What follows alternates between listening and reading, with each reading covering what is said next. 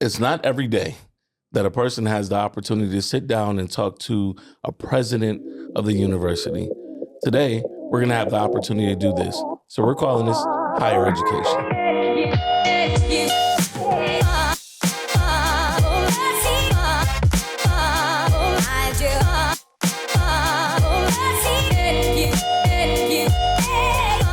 Welcome back to the Cleveland Pulse Podcast. I am your host, Edwin Hubbard Jr., and I am ecstatic to welcome a very, very special guest, the very incomparable Dr. Michael Baston, the president, comparable president of Tri-C, Cuyahoga Community College, President Dr. Michael Baston. It's certainly good to be with you today. You are a bright spot, and this is a wonderful opportunity to get together. You also. Dr. Baston, I have been a fan of yours ever since that you have come to Cleveland, and you've just come and really breathed life into Cuyahoga Community College. And that's no slight to our predecessors, but you've just come into this city and have just revitalized this school and have made all of us so proud and excited about the work that you're doing here at Cuyahoga Community College. I feel tremendously blessed to be in a city that actually is on the rise. And it's not just sort of this nice little phrase. You literally see buildings being erected. You literally see hopes and dreams being extended. And I think that the community college, more than any other institution, because community is in our middle name, has to embody the best of the opportunity ecosystem has to offer. Yeah, and I'll take that. So let's back up a little bit. Yeah. Let's tell our audience where you hail from. I'm from New York, New York. I grew up in Jamaica, Queens, and grew up on the South Side, and ultimately was blessed to, be a part of an active, vibrant community. I grew up in a place called Rochdale Village, and it's a cooperative village, meaning that everybody worked together as a community. So I grew up with the sense of community. My parents were young. My mother and father were babies that had a baby. So my mother was 18, my father was 19. So they were young. And back in the day, they were the Romeo and Juliet of their ghetto, like their hood that they came from, Queensbridge and Ravenswood's housing complexes in New York. So they moved me to a place called Rochdale Village. And there, my parents were the parents for the whole neighborhood. So my mother braided the girls' hair and did the double dutch. My father played skelly and basketball on the court, and they were sort of the parents for everybody. And I'm the beneficiary of that kind of love. I had beautiful grandparents that spent time with me. I used to go on the weekends and spend time with my grandparents. So I was really living and breathing community, living and breathing family, living and breathing this idea of possibility from an early age. Wow.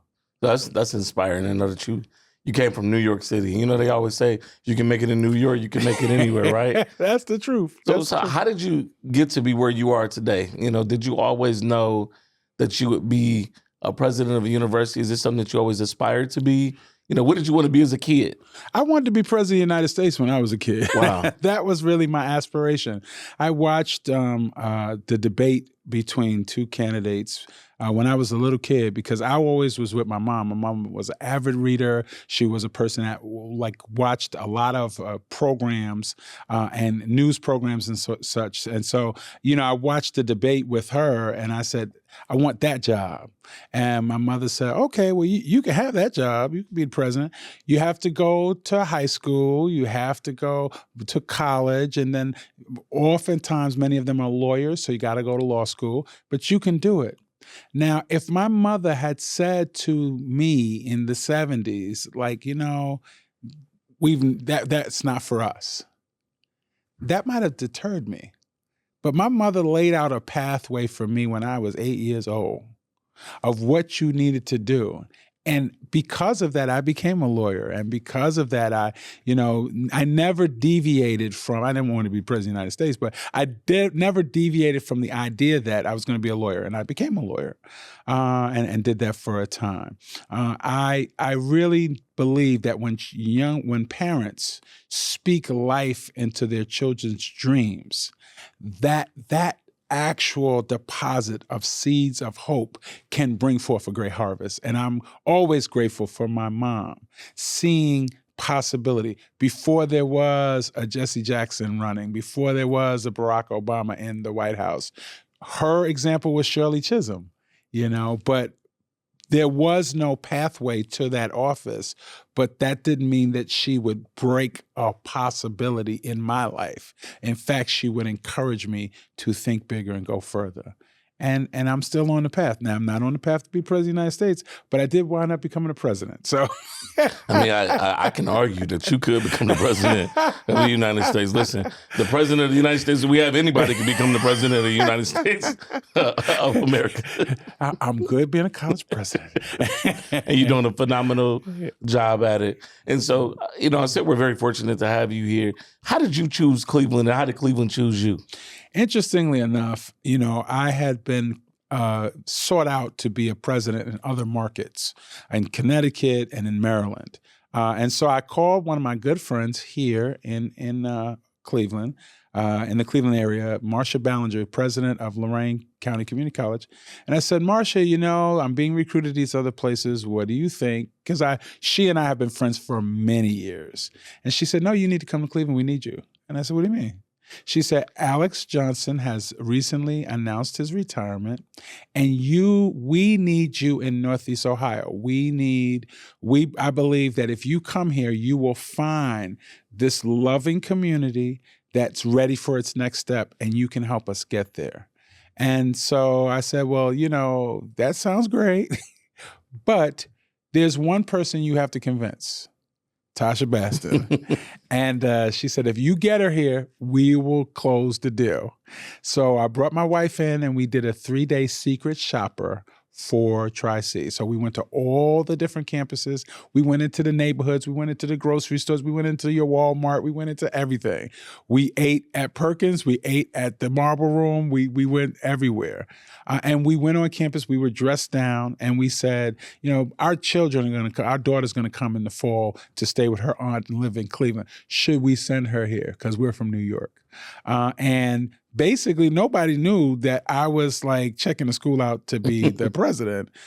They just thought we were people from New York. The kid is going to go here and that sort of thing. And I got the most authentic conversations from people all throughout Cuyahoga County in the different locations. And it was very apparent to us that this is a place that we could call home. And this is a people that would receive us. I went into one of the campuses on the Eastern campus and I met a man in the actual tutoring lounge. And I said to him, I'm thinking about getting a little job here. He said, well, listen, I had a career. I was an accountant for a big firm. And then I came here after I retired and now I tutor and I love it. It's a great place.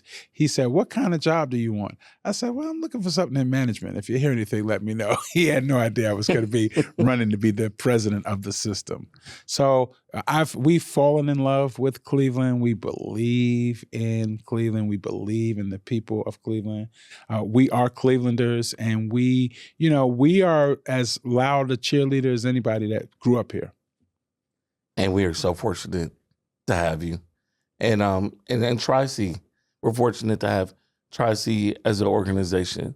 I like talking about Tri-C because I don't think people know the gem that we have in Tri-C. And I go back to even my own story. When I was a child and I grew up and I got ready to graduate from high school, the thought was a lot of people didn't try to go to Tri-C because we felt like we wanted to go further away to school, right? Mm-hmm. If you go further away to school, if you have to stay at home, I don't know why the stigma was thought that it was a failure that if you stayed at home. Well, saner minds prevailed, later on in my life, as I understood, is the smartest thing that you can do is save some money when it comes to going to school. The smartest thing you can do is get an education for the fourth mm-hmm. of the price of a 4-year university and still going to a 4-year university afterwards. And so after that 2 years, then you have that associate's degree. And I know you've got more now. We're going to talk about that later. But the smartest thing a person could do is to really come to Tri-C, get acclimated, and really understand what it's like to be in college, and then finish that and then go into their 4-year university. So you'd have had double experience by the time you got there. But many of us didn't understand it, didn't know it. And if you didn't have scholarships, you really should have been there. But, that was the decision we made. My interaction with Tri-C did happen. And I always love to tell young people that I am without flaw. I'm not without flaw. I'm flawed just as much as anybody else. I had a moment where I was in Cleveland State where I wasn't paying attention to my grades the way I should have. And at one point, I was academically dismissed. And it took me some time before I could go back. And I think the most stark reality to me is that when I got dismissed, my mom got a letter in the mail and said, hey, you ain't been taking care of your business in school, your grades has slipped to where you got dismissed out of school. And I was like, no, I was lying. No, Mom. That didn't happen. It was a typo. It was a mistake. And then I'm running down to Cleveland State and I found the ombudsman and I begged, like, please. I know. I don't know what I was doing. I was distracted.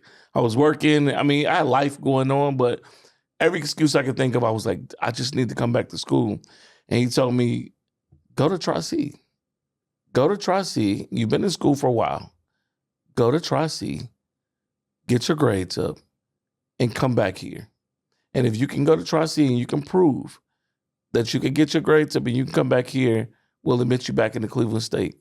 No problem. So I remember going to having a conversation with my grandmother, and she never judged me for making a mistake in school.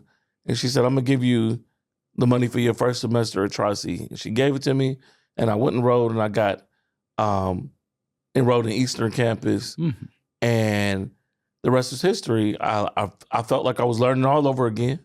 I finished all of my classes at Tri-C with like a 3.5. You could probably pull that and check it today, Mm-hmm. And I came back to Cleveland State like, look, I spent that year and Tri-C course corrected, and I went back to Cleveland State reinvigorated and understanding that I had the ability to move forward and I wanted to finish.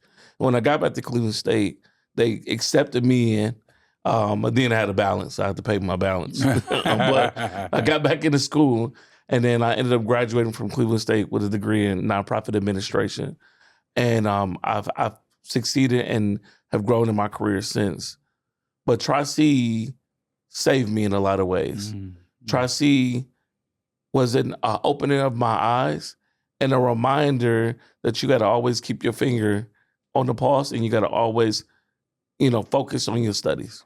I think what we're really good at is helping people find the confidence to continue. I think that's one of our sort of superpowers. We help people find purpose. We then help them take purpose and apply passion. Because when you apply the passion with the purpose, that's when the pathway is clearer. And that's where you start to progress toward those brighter opportunities. So from our perspective, we are blessed. And I always say this, we are the most selective institution anywhere in the state of Ohio. And when people say, well, what about Ohio State? Or what about Case? Or aren't they more selective than Tri-C? And I say, absolutely not. Tri-C is the most selective institution because 100% of our students select us. And because of that, we are the beneficiary of all that they bring, all their talent. Many institutions look at students from a deficit perspective and they weed them out and they say, we only take the top whatever. We say we take the top 100% because we believe that every person that comes here, if they get on the path, they will have access to the opportunity ecosystem in ways that they could not have dreamed possible. You're sitting in my hopes and dreams. When I came to Cleveland and saw that we had such an entrepreneurial fervor throughout Cleveland, one of the most important things that I wanted to do was to say, you should get credit for that. You should be acknowledged for your entrepreneurial journey. It's not a side hustle. It is a decision. It is an actual effort to invest in yourself and to actually give yourself a chance. And so we built out our entrepreneurship program here. We built out this podcast studio. We built out a podcast studio so that people could actually broadcast themselves. My grandfather used to wear on every article of his clothing his name. His last name was Floyd. So he would have it embroidered on every shirt. He'd have it embroidered everywhere. And I would say, Grandpa, why you have your name on all your clothes? And he said, because I'm going to advertise me. Why should I advertise somebody else? That's profound. And that always stuck with me. So when I think about, this age and giving people credit where credit is due, I give credit for prior learning because I don't presume that if you had to stop out of school, that you stopped out of life. The average age of my student is 26 years old. They have some college and no degree. They might have started out when they were in high school and things happened, life happened. Maybe they had a baby. Maybe they, had to take care of a sick parent. Maybe they, tried an alternative path and now they're coming back. Well, we say, when you were away, what did you do? What did you learn? How did you grow? What did you contribute? How do we figure out ways to give you credit for that? And then how do we get you now on a path to your next part of your journey? And we're an institution that believes as a multi-pathway institution. You can come in as a high school student and get college credit plus programs while you're in high school so you can get college credit. You can be a person that has retired and now you have this new venture you want to do. You can be a 55, 50, 65, 75, 89-year-old student. You be in an encore program because you're a lifetime learner. Like that is the power of a community college, and specifically this one that says no one in the community should be disconnected from the opportunity to learn and to teach. And you know what? I could agree. It felt like that the moment I walked into this campus. I never had my head down. I was treated with respect everywhere I went. I felt like I was a first-class student in every experience that I had here. And I left here feeling wonderful about Cuyahoga Community College and what it can do for anyone. And I would put that up against anyone. And to the point of your grandfather, this brand is just as good as any other brand, right? and it's amazing. And prior to our podcast, I talked a little bit about, my journey and how I got to Cleveland State, but I didn't even realize until today that Tri-C had been around prior to Cleveland State. Mm-hmm. I would always say, coming from humble beginnings, my mother, I'm a first generation, my younger brother and I are first generation four-year university college graduates. And my mother, being from Cleveland and a graduate of John F. Kennedy, as a child, saw Cleveland State be constructed. As Cleveland State opened in 1964. And my mom, as a child, my grandmother used to clean building at Higbee's.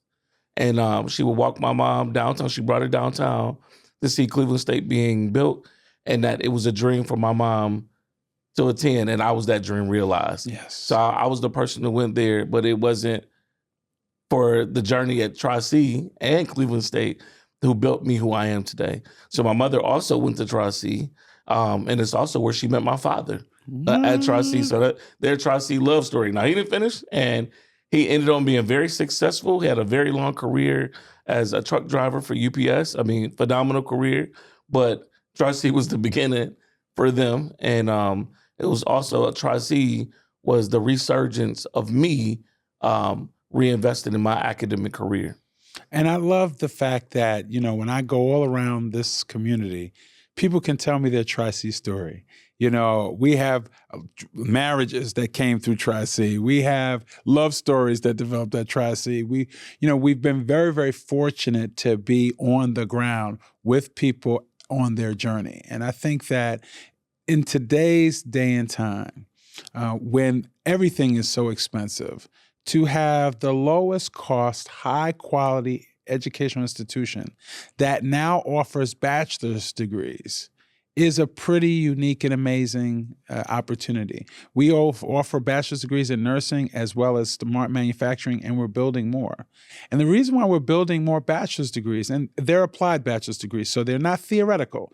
These are bachelor's degrees that will actually give you a living, thriving wage. And that is important to us because, we have a proliferation of degrees, and, we sent a lot of our young people to all over the country, and they came back with debt and degrees that don't make a difference. So what we're saying is that, our degrees are built with business and industry in mind. When we built smart manufacturing degree, we built it with Lincoln Electric. We built it with all of the major companies. And we believe very firmly that for many, the baccalaureate is still the greatest pathway to the middle class. So one thing that keeps folks out of the middle class is the entry fee. And so if you can't afford, even at Cleveland State, if you can't afford a four-year institution, oftentimes, or it takes you a long time to get there from a finance perspective, it just limits so many opportunities. So the reason why I'm moving us into many more baccalaureate programs is because now we're saying to folks that normally would not be able, they had to defer and delay their dreams. No, we charge the same amount for an associate degree that we charge for a bachelor's degree. We are democratizing opportunity. That's, for me, the focus of Tri-C right now. It's not enough for you to come and get some classes. For me, how do we turn those classes into passports for opportunity so that wherever you desire to go, whatever you desire to do, one thing that people will not hold against you is your credentials. And guess what? The same accrediting body, the Higher Learning Commission, that credits Tri-C, accredits Cleveland State, accredits Case Western Reserve, accredits Baldwin Wallace, accredits John Carroll. So the fact is, that you have the same quality of education at a fraction of the price that ultimately will help you get to your dream. And then when you finish, because I have graduates from all those institutions, they're right here at the corporate college. And guess what? They're getting professional diplomas. They're building their businesses through our Goldman Sachs 10,000 Small Business Program. So it doesn't matter. I have a lady who has a law degree. She's a lawyer. And she stopped practicing law. She was a real estate attorney, stopped practicing law because she went into my interior design program. Now, why would you go in that program? Because she makes more money staging houses for sale than she was making at house closings. So that's the power of an institution that says, we are the college that works for working people. That's a game changer. That's an absolute game changer to know that now you have the opportunity to pursue a bachelor's degree at Tri-C. Mm-hmm. And to be able to get in fields that actually make money and make beyond livable wage employment to where you can not just survive, but you can thrive once completing a degree program at Tri-C. Thriving wages is the standard. It's not, many people look at the living wage as a standard. That is not our standard. Because who just wants to live? Exactly. We want to thrive. And so when we think about, you talked about your dad and the truck driver, we have in our transportation innovation center out in Euclid, we actually have training for a CDL right there. And on that campus is the BMV so that they actually can use the trucks, can get the training, could actually get their license and be out making $70,000, $80,000, $90,000 in just a few weeks right away to change the trajectory of their lives and their families. So that's what we're talking about. So whether you want to go into the medical field and be a nurse, a doctor, or whether you want to be an owner or operator of your business, or maybe you want to be in manufacturing, whatever it is, we are part of your journey. And we, from my neighborhood, we go hard for our people. Yeah. No, you said it before, but I'm going to reiterate it. The power of education and the times that we live in, you don't make it very far without a skilled trade, a formalized education, which is the same thing. If you get a skilled trade, you get a formal education. Absolutely. If somebody's teaching you, you can be a welder. If they are individually teaching you how to weld, you get in a class. That's right. You get in a master class on how to weld. That's an education. Without education, you don't survive. You may survive, but you don't thrive. Right. All right. And these are the opportunities that you need to be whatever you want to be. When I was a child, I wanted to be a teacher. And then I got to college and I learned, and I've had so many work experiences that I wanted to go to nonprofit. And when I found nonprofit, I felt the greatest love that I could ever find, because I love the field of nonprofit, and I get to be in this field, and I've spent my entire career working in the nonprofit sector, and it's taken me so many places, and even to places like this, I couldn't have did it without an education. Mm-hmm. I couldn't have did it without even the life learning lessons, outside of school. It's the education that was the game changer for me in my life. It has allowed me to transcend my life and my family, and is the expectation that I have of my children and every other child that I have, that I've had communication with in a community. Well, see, that's the connection between passion and purpose. And I think that's what accelerates opportunity. It is not that we don't have ambitious people, but sometimes our ambition is really connected to the actual proximity to possibility. So from my perspective, what is possible is often what you can see, what you have access to, and that may be limited. So what we're trying to do is take the limits off. If we can put people closer to a variety of opportunities, to think about things they might not have ever even thought about for themselves, that ambition is raised. But it's not enough to raise ambition. You have to provide assistance. And so that's part of our secret sauce. Part of what we know is that we need to help people understand the range of possibilities. And then we've got to bring them closer to possibility through education and access to opportunities and support. So we keep tuition low so that the access point is not as hard. And we make sure they have the kind of experiences that give them a window into things they might not have even thought about before. That's the power of a Tri-C education. And more importantly, the power of opportunity. The opportunities in our community abound. When I talk to business and industry leaders, they talk about the fact that they can't find talent. What I often tell them is that it's not that people are not working or where the workers, they're just not working for you. So what are you going to do to make yourself a more attractive option for students? I have 40,000 students at Tri-C. So 75% of them are going to school part-time. 100% of those folks are working full-time. They're just not working for you. So making the connection between the students I have, the opportunities that are available, closing that proximity to possibility gap is part of a strategy that's very important to me. So we talked about higher education, the importance of education, and if it's not clear, education is still valuable. It is still the number one thing that's going to help you, allow you to get to that lifestyle that you desire to live. Yes. But the thing we didn't get to talk about yet is on the opposite side. So once you get that education, once you get into your career, once you thrive and you build those relationships, you get into other spaces. And this is what I'm really excited to really talk about.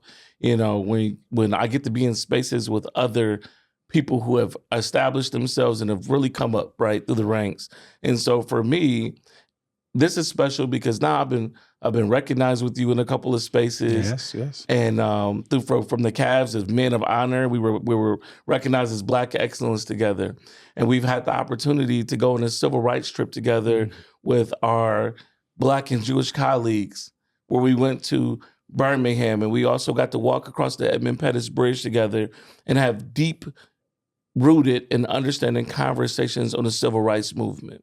We were also to meet the fifth young lady who was in the bombing that happened at 16th Street, the 16th Street Baptist Church, and sit across and listen to our story and compare our current lives to the things that our predecessors had gone through. And I say that to say the civil rights movement was not so long ago.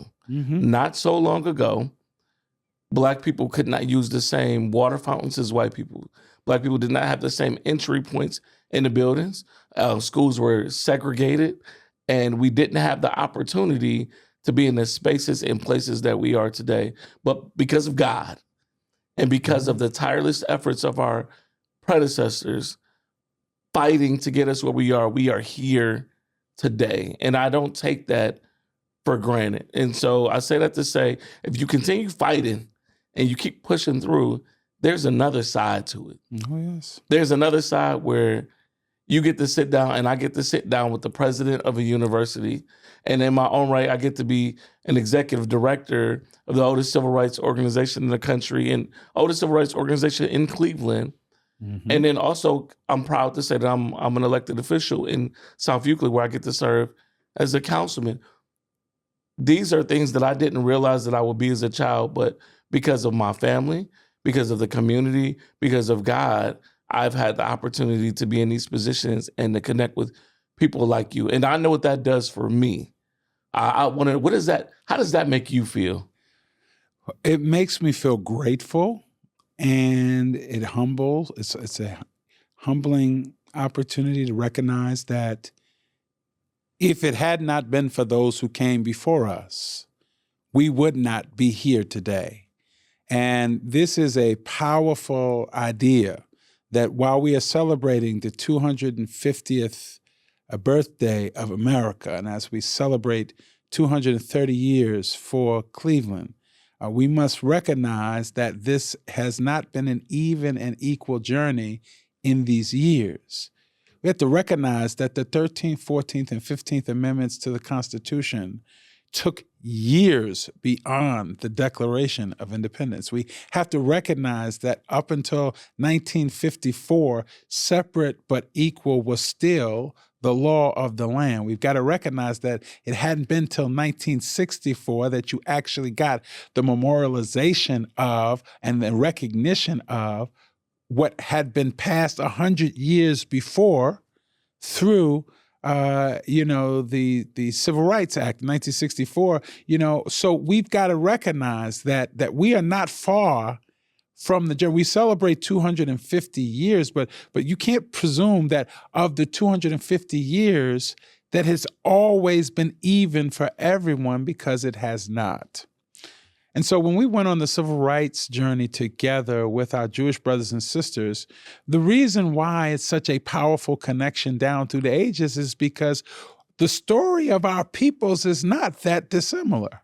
When you think of oppression, when you think of the sort of slavery, when you think of the horrific natures of the extermination of people systematically, when you think of all of those things, the commonalities are real. And it is important for us to not just think about it from the perspective of a people's, but of humanity. When you look at the arc of humanity, we have seen throughout the ages how people have been oppressed, how people have been subject to systematic extermination, how people have been degraded. We've seen these things. And so it doesn't behoove us to be in opposition to each other when we have a common set of purpose and struggle. What it means is, how do we find our way together? And one of the things that I love about the Jewish people, and I also see in our people, faith. Now, faith has been the sort of anchor, and it is not about religion. So when I speak of faith, I'm not saying the Judeo-Christian faith, because Muslim community and the African-American community is a big community, and there's a multitude of faiths. We are not a monolithic community. But the concept of faith, the concept and belief that things can get better, the belief that we are girded and guided by, a Father who loves us, that is something that is powerful and propelling. It did propel our people across that Edmund Pettus Bridge, not only Bloody Sunday, but when they came back. Right. And it does, it propelled Jesse Jackson to run. It propelled Barack Obama to win, but it still propels people to believe in the power of the possible. It propelled me to listen to my mother talk to an 8-year-old child and tell that child that you will continue to do things that my great-grandmother couldn't even believe would be possible. That is the power of the moment. And so that civil rights trip, was powerful. our building of our relationship even deeper was powerful. The idea, I was a law student and I worked for the NAACP Legal Defense and Education Fund and I was able to look at the books that were held by Charles Hamilton Houston and Thurgood Marshall in their library, just to be in the presence of that history and to feel in some small way I was connected to that. And to be with you today, I'm connected not only to our past, but the great work that you're doing to advance our present and our future. The NAACP today is as relevant today as it was in 1901. It is as relevant today as advancing the cause of humanity and freedom of all peoples. And as much as it is a civil rights organization, it is a human rights organization. It is an organization that speaks to the dignity of humanity. And I'm always going to be aligned with that kind of work and proud to be here with you. No, and I equally feel the same way. I am honored to be here. And I'll add, our audience may not know it because it would have passed by the time that they hear this podcast. But I always talk about Freedom Fund, and it's our biggest fundraiser of the year. But this year's Freedom Fund is particularly special because of the theme. Mm-hmm. And the theme is made for the moment. Mm-hmm. And what made for the moment is really a ode to our past in the way that our ancestors, our parents, our grandparents, and those who came before were made for the moment because they rose to the occasion, no matter what was going on around them, and they elevated. And that's the challenge for us. Are we made for the moment? Have we been made for the moment? And as I sit back and I think about all the times in my life that I was made for the moment because of what my mother, my father, and my grandparents instilled in me, when I experienced adversity outside of school, I was made for the moment because I continued to fight until I got back. When I got back in, I continued to fight until I graduated. When I graduated, I fought to get hired. I fought my entire career to elevate and to continue moving forward. When I had my family, I continued to fight to provide for my children and my family every single day.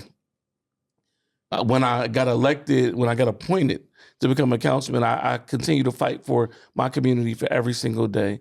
And being executive director of NAACP, I continue to fight for my community and my people, all of our people, every single day. And so for me, that's how I determined I was made for the moment. I was built for this fight. We were built for this fight. And I'm excited to wake up every morning and pursue that, right? To fight for what I believe in every single day. And I think if you don't have that purpose behind you, I don't know what you're doing, right? Mm-hmm. And so I want people to take that.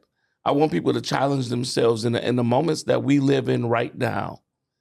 What are you doing? And I'm going to quote my colleague and our national board member, Danielle Sitnor, in saying, when we talked about Made for the Moment, she was like, we've had plenty of conversations in the past about the civil rights movements or even slavery. And also many of us said, if I was back in slavery, I would have never been a slave. Mm-hmm. They wouldn't have kept me out in the fields. They wouldn't have did this to me. They wouldn't have did that to me. If I was the civil rights movement, I would have drank the water fountain. I would have did this, that, and the third. And what Danielle said was like, the truth is, what you're doing right now today is what you would have been doing back then. And I was like, wow. What you're doing right now is what you would have been doing back then. So guess what?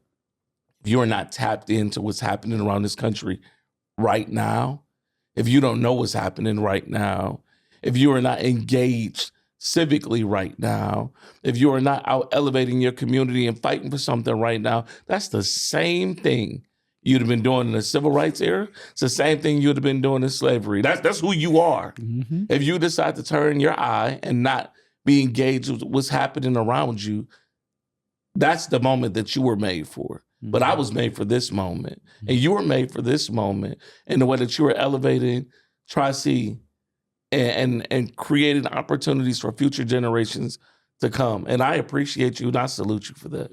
Well, I thank you so much. And it is a powerful testament to the fact that there are some organizations that are enduring. There's a reason why certain organizations stand the test of time. They stand the test of time because they recognize that the new challenges require new strategies and require the ability for us to continue to develop and grow and iterate and become. And the fact that we're always in this process of becoming is what is critical. And I love this idea that what you were doing then, what you're doing now is probably what you'd be doing then. And I think that is not just a mirror, but it's also a clarion call. It's a challenge. That statement is a challenge. So if you are not doing all that you could, what are you going to do? Because here's the context in which you live and the circumstance in which you find yourself and the resources that you have. So to what extent in this moment are you going to lean in? How are you going to push the weight of who you are and your humanity to press against today's issues? Because it is very interesting how nostalgic we become, right? But we have to be prophetic.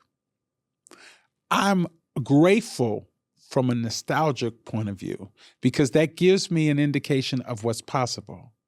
But I have to have a prophetic view. I've got to speak to the future and call it forth. I've got to see those things that are not and speak of them as if they were so that I can walk into what I am declaring and decreeing. So it's very important for us to recognize when we talk about being made in the moment, made for the moment, what we need to be made for today is prophetic declaration. We ought to see an alternative vision if there are things we don't like. We ought to explain and exclaim the power of the possible and have something to work toward. Whatever we think of any movements that we have addressed in the past and where we are not, we will never change that if we don't do the things that require us to move forward. So I'm saying what we are made for in this moment is this is the moment to declare, to decree, to have a prophetic vision of a stronger, more connected community, to have a better vision of full participation and access, to be a more faithful, loving, supportive community, a beloved community. That when Dr. King speaks of the beloved community, he speaks with a prophetic voice. When he's in the last hours prior to his execution, he says, I may not get there with you, but I want you to know tonight, we as a people will get to the promised land. I'm not worried about anything. I'm not fearing him. My eyes have seen the glory of the coming of the Lord. He is looking with a prophetic eye. He's not going to be there at the inauguration of a Barack Obama, but he can see it. Frederick Douglass is not going to see Martin Luther King at the Lincoln Memorial, but he can see it. Those who came in the whole of the slave ship when they got off and were indoctrinated, they don't understand how they even are in this new experience, but they know that there's some child down through the generations that will not have this experience of surviving the Middle Passage. So as long as we continue to have a prophetic vision that we can see something bigger and bolder and better, then that's the moment we're made for, casting vision and working to possess it. That was powerful, Dr. B. And I do have to mention, I got the opportunity to go to the Obama Presidential Center yesterday, and I was moved. And so it was right on time with the remarks that you made, because I understand the power behind those experiences and the things that have been put in place for me to be able to move forward. One more last question as we get ready to wrap up. I want to ask you some fun questions. Yeah, right. You know, Dr. B, you're incredibly busy man all the time. And I would want our audience to know, what's in your playlist right now? What does Dr. B listen to help him get through his day?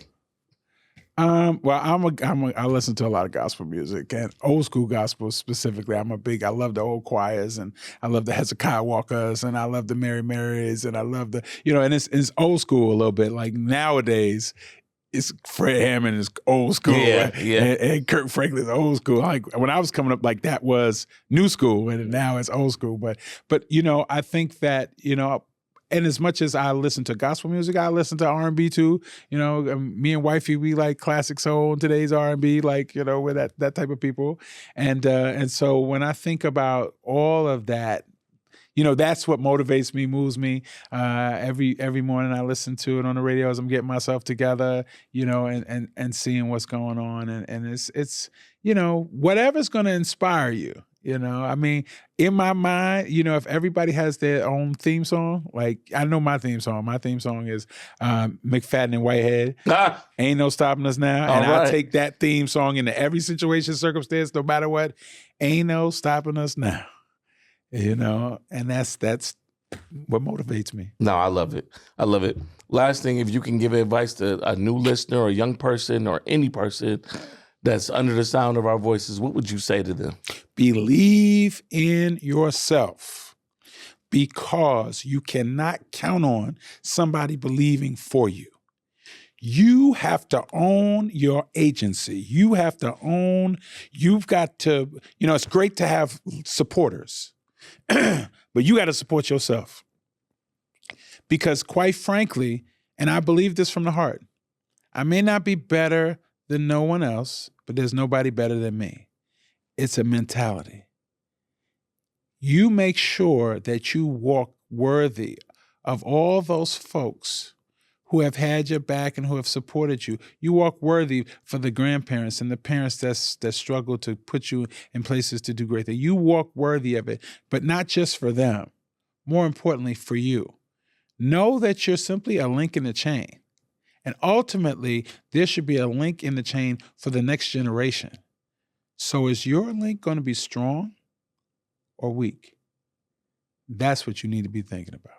That's profound advice.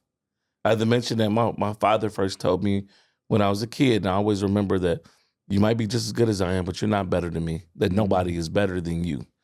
And so that I've stuck with me my entire life, and I'm appreciative for those words of wisdom from him and the words I've given from you. Dr. Baston, thank you for your leadership. Thank you for your mentorship. Thank you for your friendship.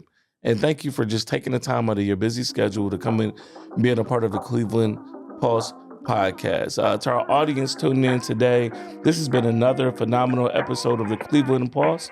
If I don't see you before the next time I record, do the best you can to take care of yourself and stay blessed. Peace.